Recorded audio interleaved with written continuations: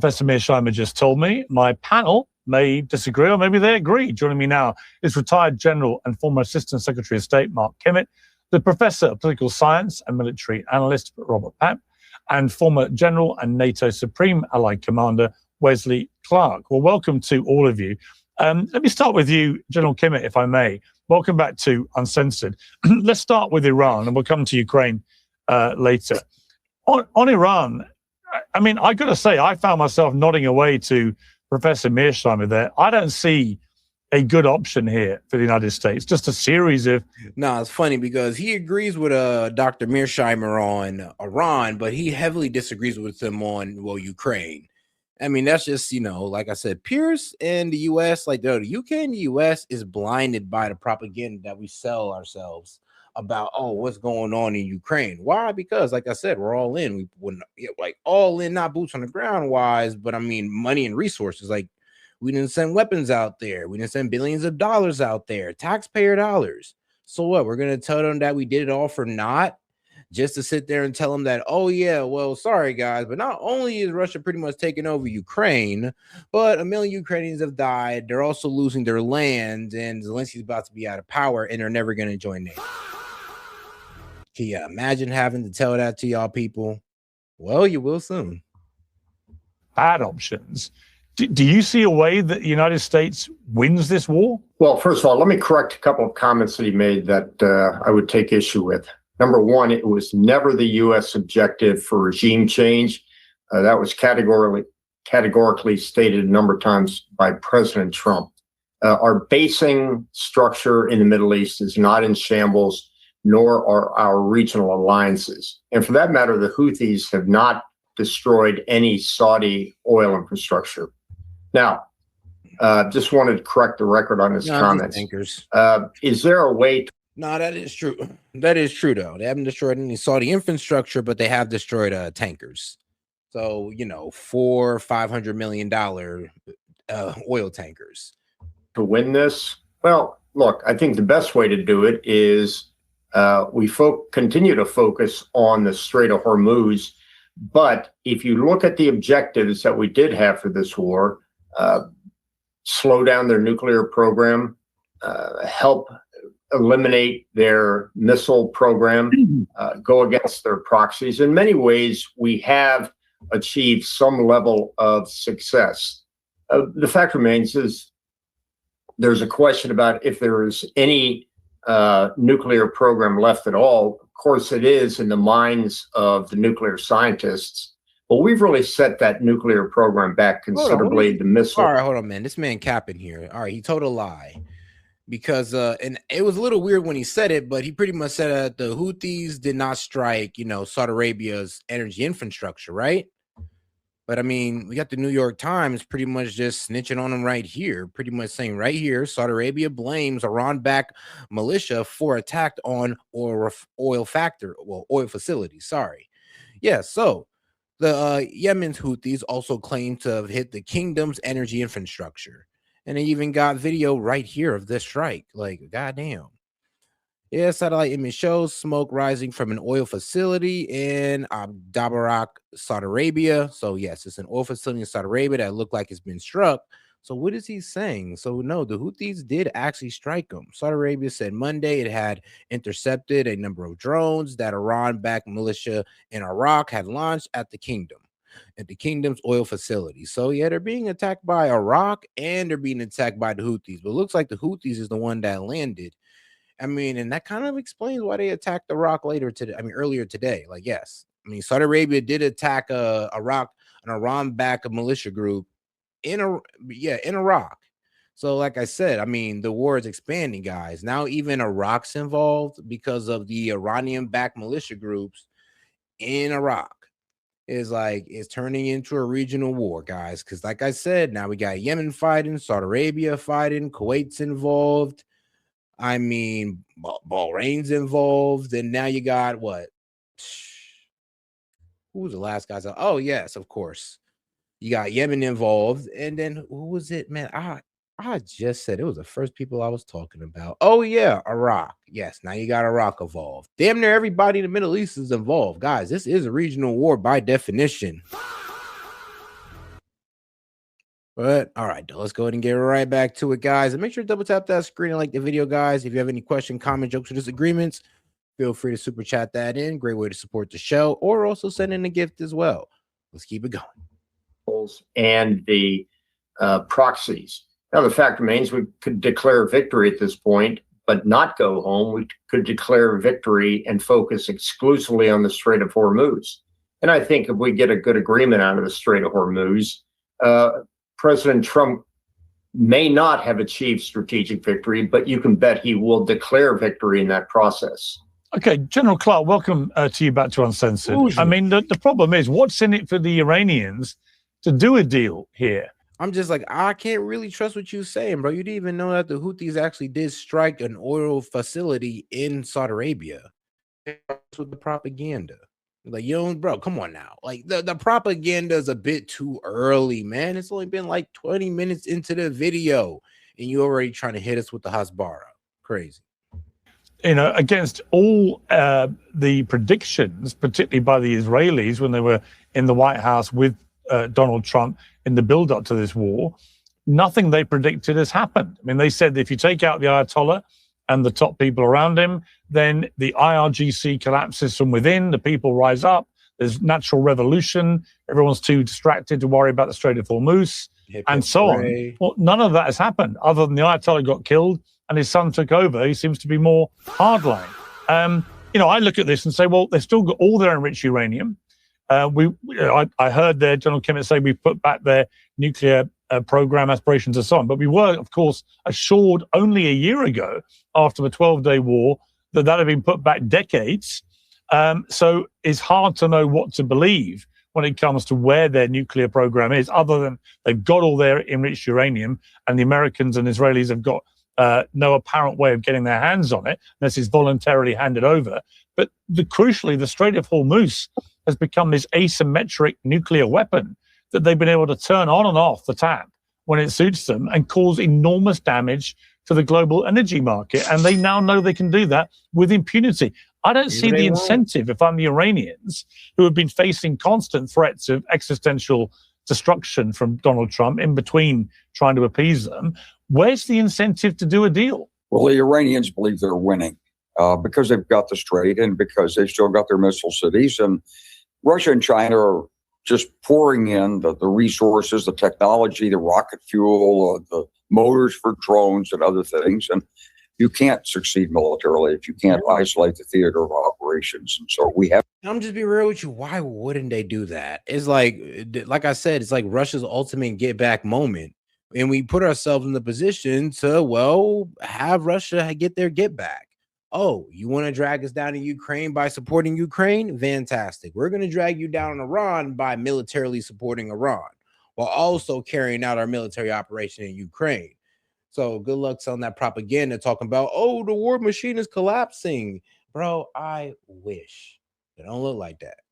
We haven't done it. We haven't won. Low key though, I can't keep up the propaganda this long. You can't have it both ways. Russia can't be fighting basically or sending military equipment on two fronts, but then their whole economy is collapsing or their military is collapsing. I'm like, okay, if that's the truth, then how are they doing that? That don't sound like a collapsing military to me. To do it, and just like in Vietnam, we're up against the same issues of well, we'd like to win this war, but Russia and China are against us, and we got to be careful. There might be nuclear weapons. They might not like what we're saying, and so we're sort of hemmed in on this thing. But I do think that what Admiral Cooper was doing, going after the targets in the Strait, was very productive. That's the center of gravity of this operation right now. That's the near-term center of gravity. And the fact that he was effective is proved by the Iranian reaction. They didn't stand by and took it. They went after the infrastructure of our allies because they know that we can drive them out of the Strait of Hormuz. Now, can you stop an errant drone missile or drone that's launched from 50 miles back or something? Maybe not. But you can certainly set up a system in which you can protect tankers going through. You can clear the minefields. You've got most of the Strait cleared now. But one thing you can't do in these campaigns is you can't stop. Because by stopping right now, they're rebuilding everything we just attacked. And they're moving in I mean, if that's your logic, then sure. But if you're saying you can't stop because, oh, you just got to finish the job, I mean, dog, at what cost? And do you understand the cost? But let's see if you do. Whatever the radars they can replace, they'll put in more patrol boats. They'll do everything they can to rebuild.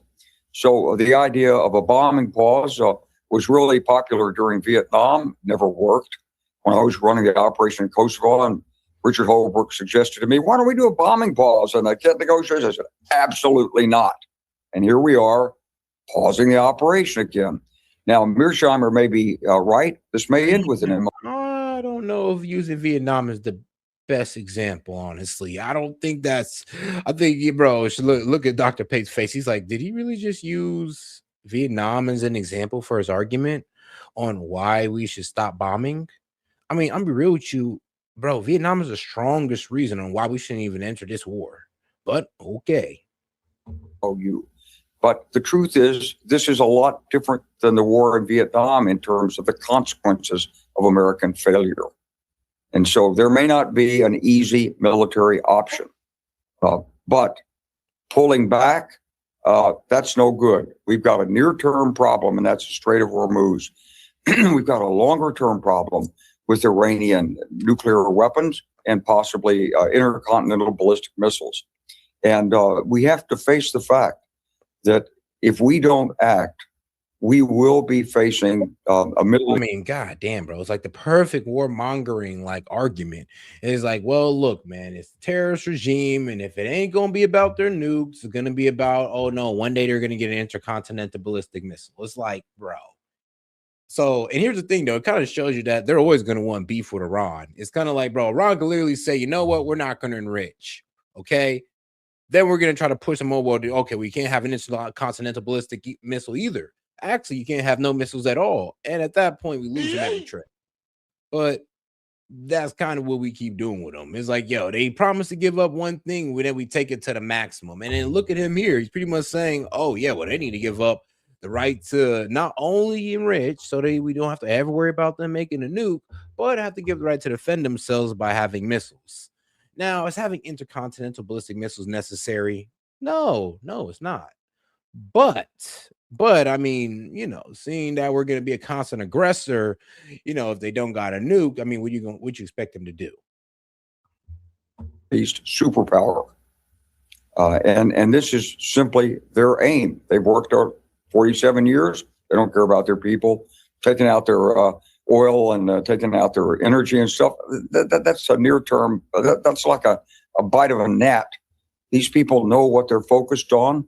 They're working. They're building their missiles right now. And the fact that we haven't stopped Chinese and Russian intervention in there and support is an indicator of where this is going. So this is a real break point for American foreign policy and American national security, Piers.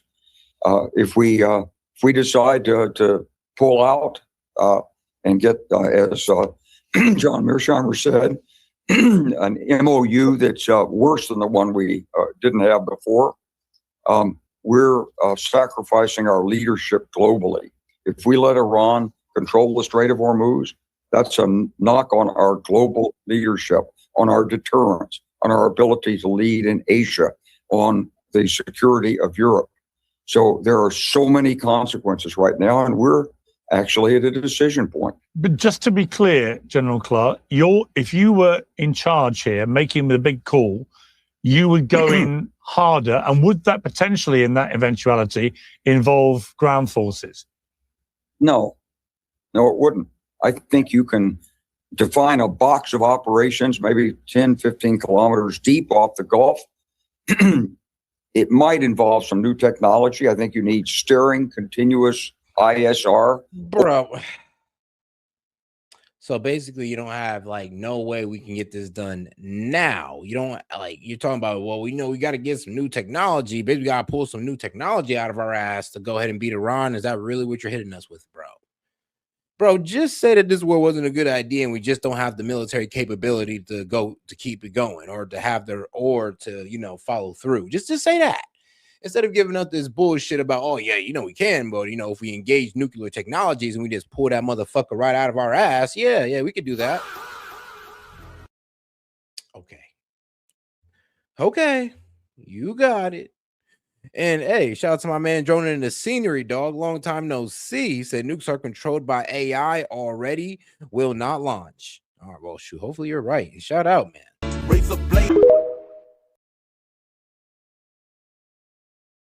Over this region. And all right, guys, let's get back to it. And like I said, guys, if you have any question, comment, jokes, or disagreements, or if you just want to see Dancing G again, because you know my man smooth with it, please go ahead and super chat in or send in a GIF. All right, let's keep it going.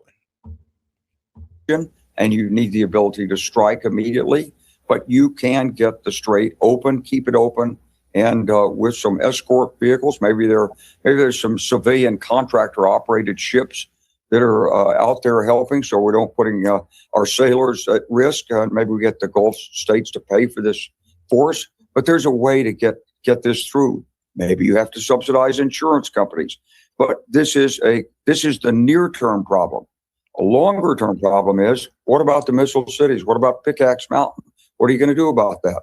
Can you create a deeper penetrating? So he pretty much saying, like I said, we got to pull new technologies out of our ass to have deeper penetrating missiles to hit these missile cities that we did not take into account before, but now we got to take into account now that we realize that Iranians can use them to pretty much, shoot missiles and run back in underground and pretty much evade our fire. And there's no way we can reach them. And they're making missiles and drones underneath the ground in these underground cities. That's an effing problem. And they also can shoot these missiles out of mountains. That's another effing problem that we cannot solve with air superiority. Because if we could, it'd have been done by now. Bomb? What is it? Are you going to have to use a nuclear weapon? Or can you rip up the communications inside Iran so effectively that the IRGC simply loses control of the country? There are rebel groups there. There are people who don't like the IRGC, like maybe 80 million of them. But they're intimidated because whenever they surface, they get their heads cut off. And that's what's happening now with accelerated executions. Whoa. What this man talking about? Oh, and shout out to my man joining the scenery coming in again. He said Mossad and FBI killed Charlie Kirkland, damn. He says Snake Eyes. Well, goddamn. All right, he coming in swinging.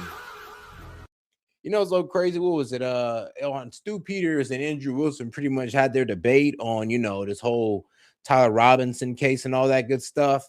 And it didn't really go anywhere, sadly. Because, what was it? It was Stu Peters pretty much pushing Andrew Wilson to be like, oh, no, well, prove that prove that Tyler did it. Prove that Tyler did it. You're the one shilling for TPUSA. Prove that Tyler did it.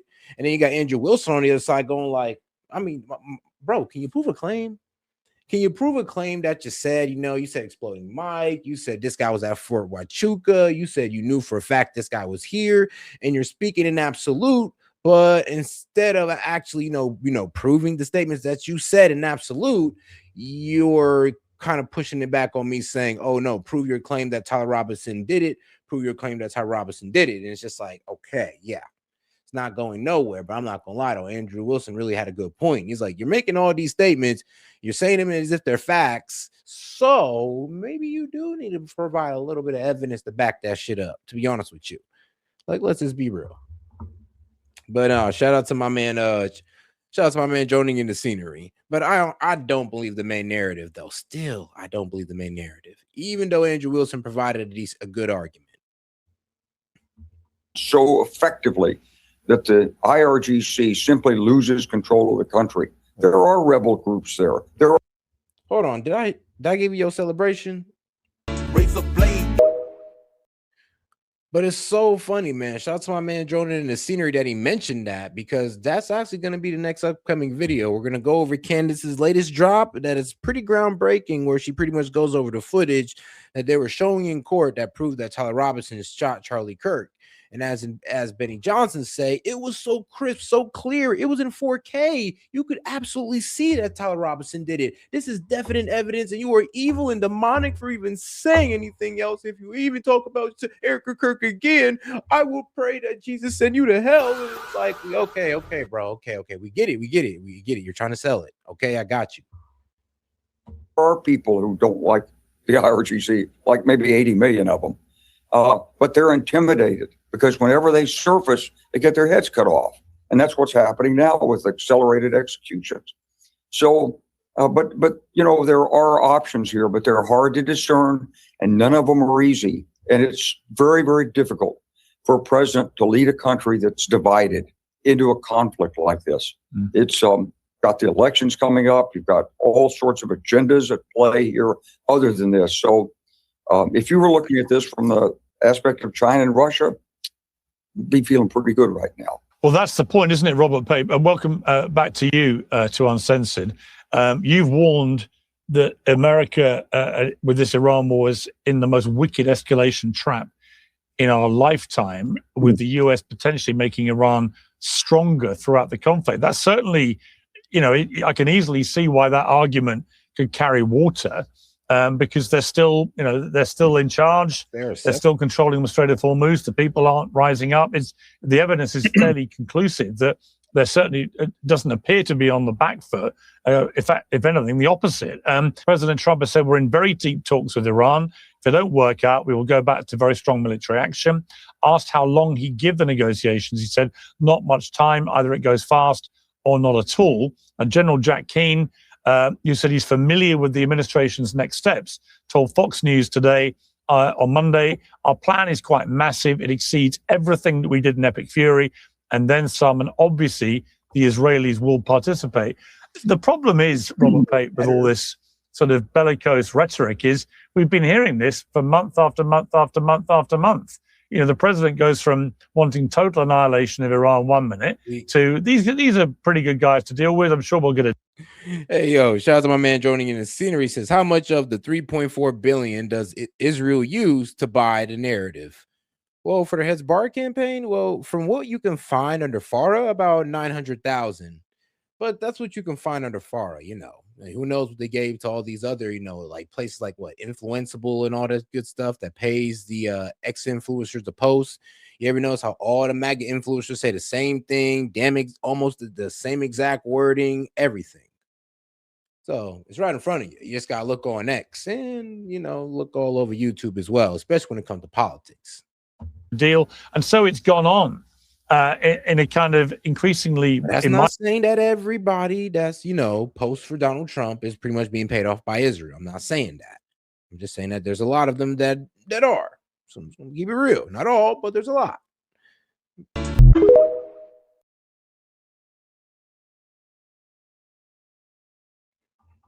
All right, man. Let's go ahead and get right back into it. I have estimation, quite ridiculous manner of everything being gamed out on social media and very little of it actually happening. Where do you think we are with this? And in relation to what General Wesley Clark just said, do you think the only option for the United States is to go in harder, as appears to be the potential scenario they're gaming out? We are in the spiral phase of the escalation trap, where escalation is occurring both vertically and horizontally, and those dimensions are reinforcing each other, where there are now multiple actors who are making decisions, and America. Now, and what he means by is expanding, like vertically means like, if we started as we're attacking power plants and bridges in Iran has started attacking oil infrastructure or energy infrastructure and water desalination centers in the region. So that's the vertical escalation. The horizontal escalation that he's talking about is the fact that it went from the U.S. and Iran being involved in this war, U.S., Iran, and Israel being involved in this war, to U.S., Iran, Israel, Saudi Arabia, Yemen, Kuwait, Bahrain, Iraq. All of these guys are now involved. So yes, it is spreading across the region. So that's the horizontal escalation he's talking about. What that means is America is progressively losing more and more control. Now, I want to say that I highly respect General Clark and General Kimmett. These are people that I truly respect. I taught for the U.S. Air Force. I believe that our military is the best in the world.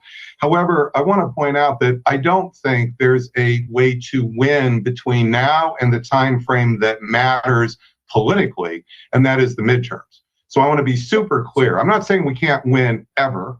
And I'm not saying if you kept this up for years, you couldn't possibly win, ... However, if there is not demonstrable victory, and I'll explain what that would look like between now and the midterms, there's a very good chance that the Democrats are going to win both houses, and that is going to bring an end to the war, much like in 1974, Congress ended the Vietnam War. So we need to be very, very clear here that this is not like, well, we can just keep this up. And honestly, what we're praying on is that Donald Trump hasn't fell into the same trap that Lyndon B. Johnson fell into. It stopped being about, the soldiers and whatever our objectives were in Vietnam, and it started being about, oh, I can't lose this war. Well, we got to keep going. We got to go 10 times harder. Maybe if we escalate more, we can finally get it done. And it never happened. And it turned out to be an embarrassment, just like this war here. I mean, God damn it, man. Did we ever learn? Just up to us to play the chess game. Now, between now and the midterms, the core issue is going to be opening Hormuz, and now opening Hormuz and the Red Sea, which just in the last week has doubled the problem. But I want to come back to the problem of opening Hormuz between now and the midterms, and I'd like your listeners to just hear one word: scale. Scale. Now, it's very important to understand that a Shahed 136 drone, given its range, it has a drone launch zone of roughly 500 miles of coastline by 500 miles deep, not just a few kilometers deep. That is a drone launch zone bigger than California. And that problem of scale is not just 2 by 2, a two-dimensional problem. There are massive mountains in that 500 by 500 mile, the Zagros Mountains. Think about mountains as a skyscraper, where the drone, which is just a little bit bigger, heavier than a king-size mattress, could be on any crevice, anywhere. It could be deeply buried in the basement. It could be on 412. And the problem is, do you know how many Manhattans, Piers, you can put in that zone launch area that I'm describing? 11,000 Manhattans. That's AKA, he's pretty much saying, yo, striking these targets is literally like finding a needle in a haystack. It's like, bro, it's literally the size. Oh yeah, southern Iran is literally bigger than California, literally damn near bigger than the entire west side of the United States, damn near. And we're supposed to be finding all these targets in that mess, and then it's like this.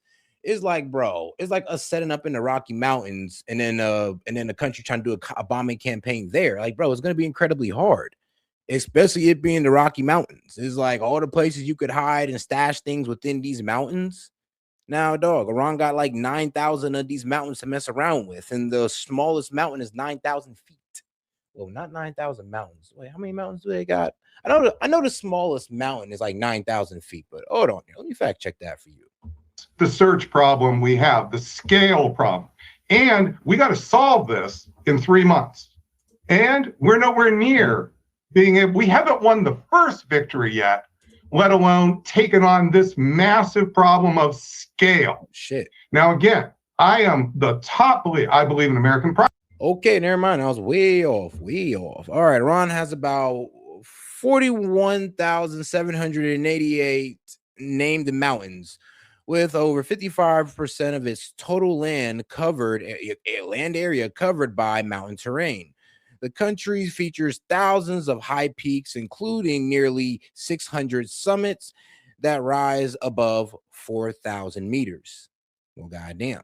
I think the biggest ones is like the Zagros Mountain. I believe that's the one on the west. And I believe the Al Borz Mountain is the one on the east that pretty much I think it's the one on the north. Yeah, that pretty much act as like a fortress. So yeah, they're like literally a natural mountain fortress. I mean, God just blessed them with that geography. Primacy. I believe in America should be the strongest country. I believe we should have the strongest military. This is not coming from somebody who is anti any of those things. This is coming from the opposite.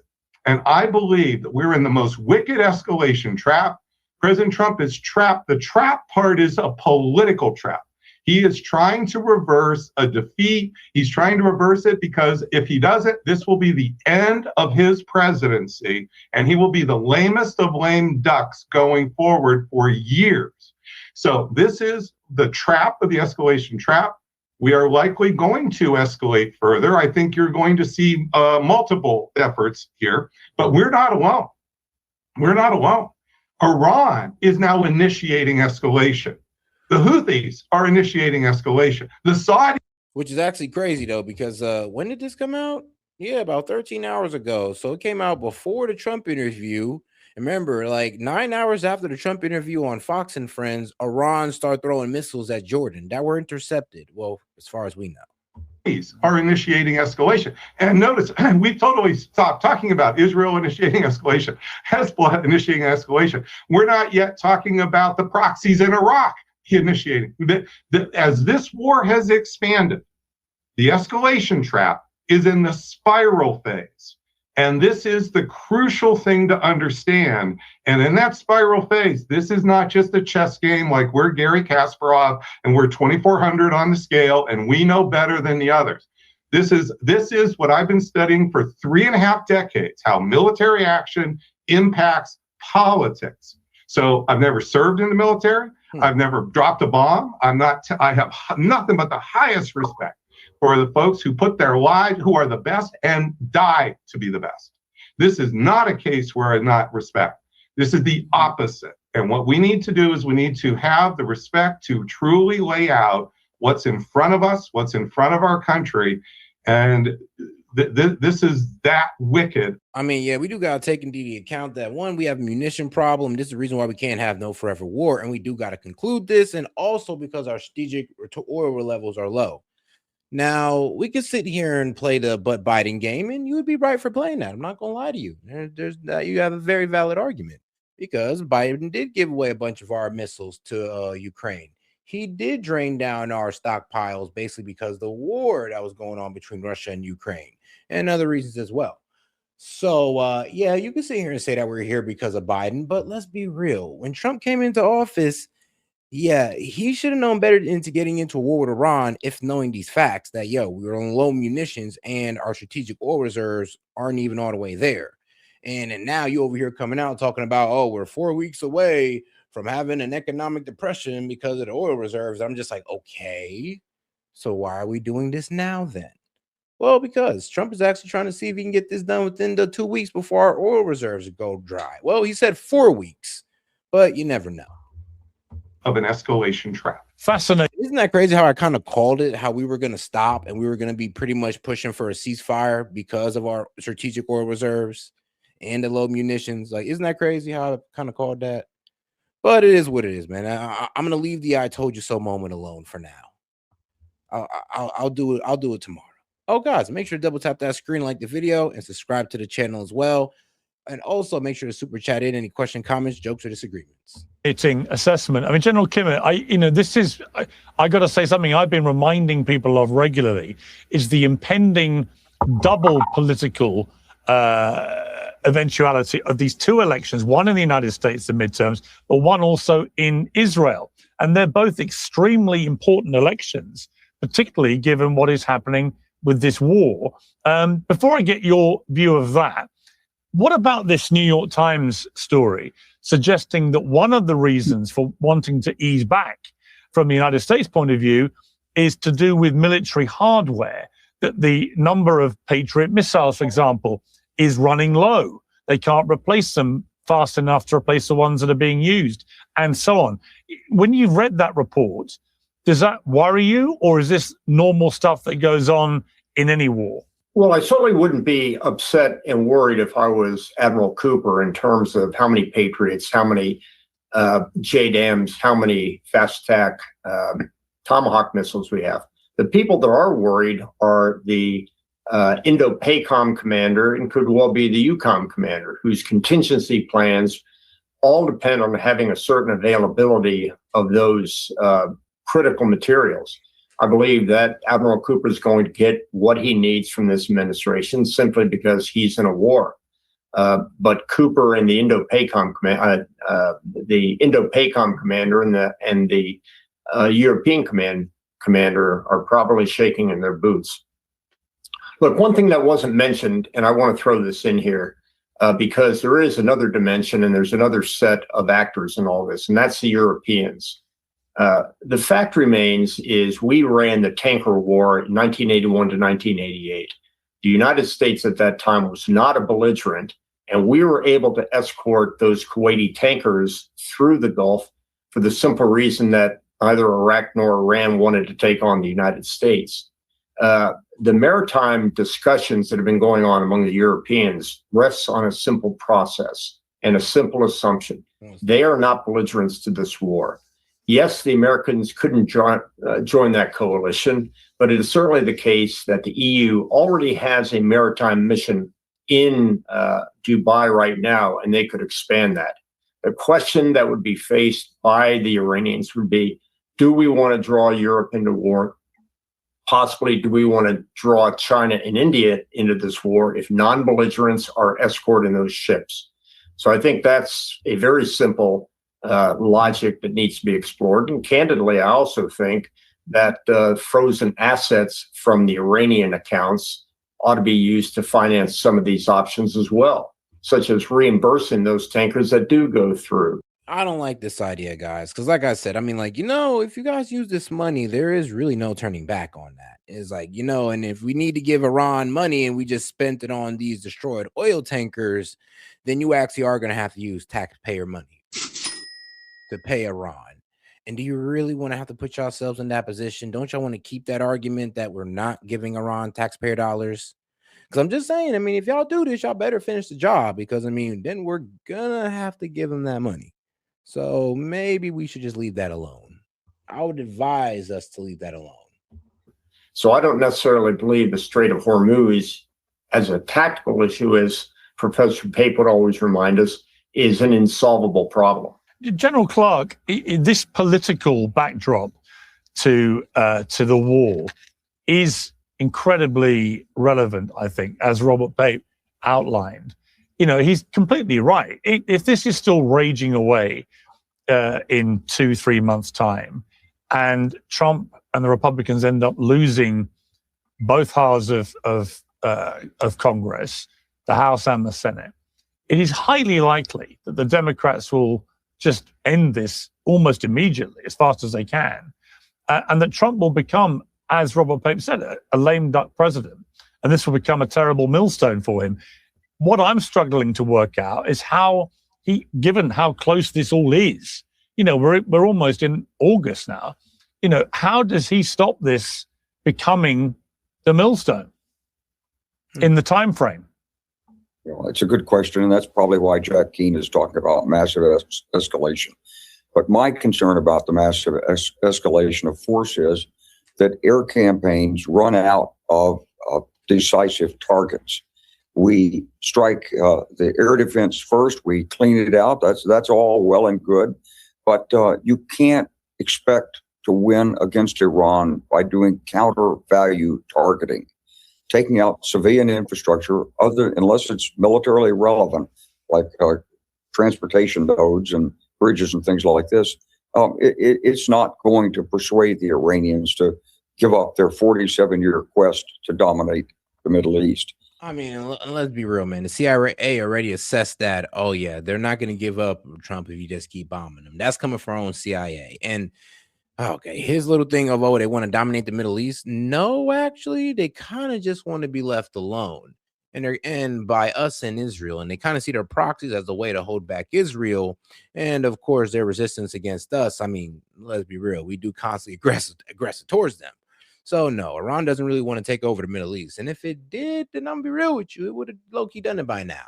I mean, why not? Why not just take out all of their resources and make them dependent on them?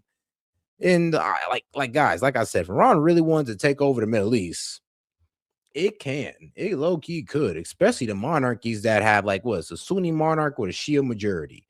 All the Ayatollah got to do is put out a fatwa, and they are cooked. They're cooked. That's all you got to do. But all right, it's gonna appeal to some of the domestic base, and they're going to feel like, boy, this is really good. We're going in there and getting them. But you've got to have a comprehensive plan. And so I go back to isolating the theater of operations, focusing on the Strait of Hormuz. Yes, as Professor Pape knows, and he studied my campaign, by the way, in Kosovo. I know that, and I appreciate it, Robert. But the scale problem is significant. But remember, Ukraine has a scale problem, and they've figured out how to deal mostly with the Shaheeds. Now, you still got a ballistic problem, and you've got some jet-propelled Shaheeds. I don't know if you can put all this together before the election. You certainly can't put it together before Labor Day. But I do think that you have to explain to the American people what the consequences are. You have to try to bring the two parties together on this in some way. In some ways, President Trump is. Oh, guys, like I said, if you got any disagreements, shoot, put your money where your mouth is and go ahead and super chat it in. I'd be happy to engage it. If not, you can just cry in the chat. But other than that, guys, make sure you double tap that screen, like the video, guys, and subscribe to the channel as well, especially if you've been watching over 10 minutes. All right, guys, let's get right back into it. Next up, we're going to react to Candace. They stucky on this. You can argue about whether you should have started this or not, but the fact is that the Iranians have spent 47 years developing the means with a strategy to go after Israel, and they call us the Great Satan. And so if they can make a missile that shoots 1,500 miles and then one that shoots 2,500 miles and puts England at risk, I'm sure Russia and China can teach them how to shoot one that hits us. And what could be better for Russia and China than to use Iran as a proxy to go after the United States, to take out our assets, to disrupt our influence in the Middle East, to wreck the economy, the global economy, freedom of navigation. Those are the things we depend on more than anybody else. And so I think the president really has an obligation to come to the American people. Ain't that the truth? So when Trump was pretty much saying we don't need the Strait, I'm just like, yeah, we do.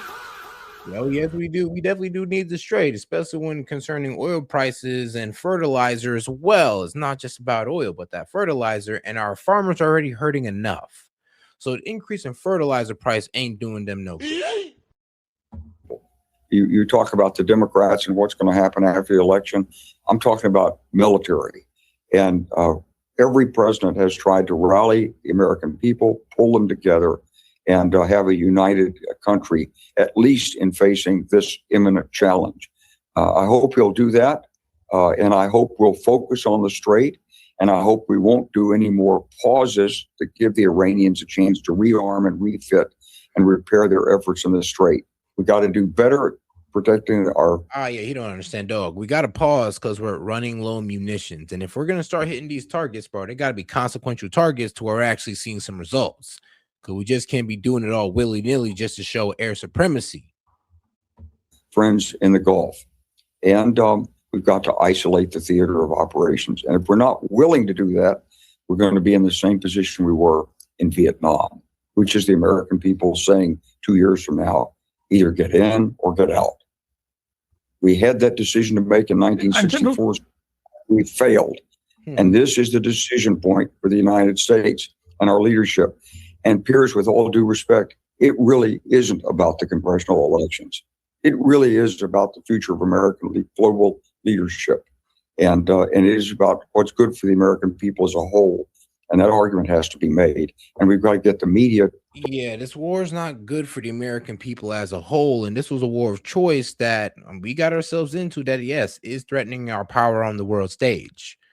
But like I said, we didn't have to do this. But I mean, we're in it. So I guess I understand his mentality on, I guess we got to follow all the way through. But I'm be real with you. It's like, it's hard to give any type of argument for a war that most Americans disagree with. Like, it's just not going to work out. Like, there is no real good argument for this war. But the old, we've been at war with them for 47 years, which is not true. Or, if they get a nuke, they're going to nuke everybody, which is also not true. Or, S.E.T, they're 2 weeks away, which you can't prove. But it is what it is. Look broader than the horse race for November. And General Clark, just finally for you,